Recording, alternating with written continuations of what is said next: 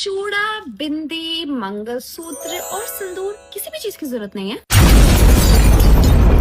जब मैंने अपनी शादी में अपना कन्यादान नहीं होने दिया था या फिर अपनी शादी के 7 वचन अपनी मर्जी से लिए थे, तो कुछ लोगों का कहना था कि रीति रिवाज से छेड़छाड़ नहीं करते, आपने शादी ही क्यों की? शादी में ऐसा, शादी में वैसा।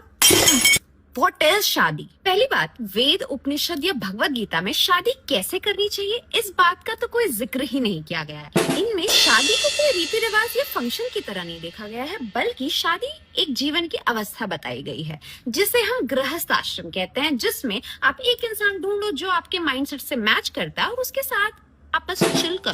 दूसरी बात, पुराणों में भी शादियों की बस स्टोरीज का ही मेंशन किया गया है, जैसे the famous love story Shiva और पार्वती की।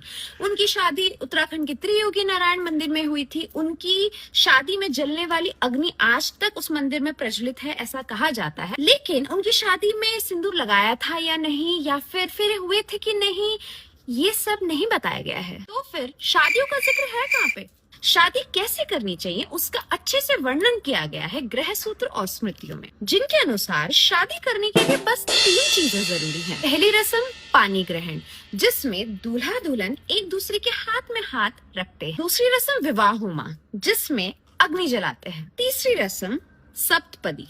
अब इसका मतलब ये नहीं है कि 7 फेरे लेते हैं या 7 कदम चलते हैं, इसका मतलब बस ये है कि 7 प्रॉमिसेस एक दूसरे से करते हैं। वेट, तो इसका मतलब शादी बस एक दूसरे के हाथ में हाथ रखकर अग्नि को साक्षी मान, अगर हम केवल 7 वादे एक दूसरे से करेंगे तो वो शादी हो जाएगी। गृह सूत्र और स्मृति के अकॉर्डिंग यस हो जाएगी। तो चूड़ा, बिंदी, मंगलसूत्र और सिंदूर, किसी भी चीज की जरूरत नहीं है, बिल्कुल जरूरी नहीं है। तो फिर औरतों को ये बताया किसने कि बिंदी, चूड़ी, मंगलसूत्र, सिंदूर के बिना वो सुहागन ही नहीं रहेंगी? बिल्कुल उन्हीं तरीके के लोगों ने बताया है जो भी कमेंट सेक्शन में आकर कहेंगे कि मैं सब कुछ बकवास कर रही हूँ। और उन लोगों के लिए जो कहते हैं कि रीति रिवाजों से छेड़खानी नहीं करनी चाहिए, इन सब स्मृतियों ने खुद कहा है कि समय बदलने पर हमें भी समय के अनुसार बदल दिया जाना चाहिए। समाज से स्मृति चलती है, स्मृतियों से समाज नहीं चलते। विधवा विवाह एक समय पर पाप था, आज नॉर्मल है।